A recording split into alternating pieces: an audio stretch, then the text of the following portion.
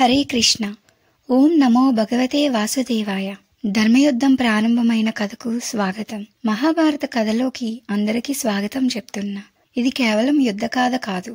ఇది ధర్మం, అధర్మం, ప్రేమ, ద్వేషం, త్యాగం మరియు శాపాల మధ్య నడిచిన అనేక భావోద్వేగాల ప్రయాణం. ఈ రోజు మనం మొదటి ఎపిసోడ్లోకి అడుగు పెడదాం. భరతవంశ చరిత్రతో కథ మొదలవుతుంది. ప్రాచీన కాలంలో భరతుడు అనే చక్రవర్తి ఉన్నాడు. అతని వంశానికి భరతవంశం అని పేరు వచ్చింది. కాలక్రమేణా ఈ వంశానికి సంతనుడు అనే మహారాజు జన్మించాడు. సంతనుడు తండ్రి ప్రతీప. ఈయన హస్తినాపురానికి చెందిన రాజు. సంతనుడు కౌరవులకు పాండవులకు పూర్వీకుడు. ఒకసారి గంగా నది తీరాన అతడు ఓ అపురూపమైన స్త్రీని చూశాడు.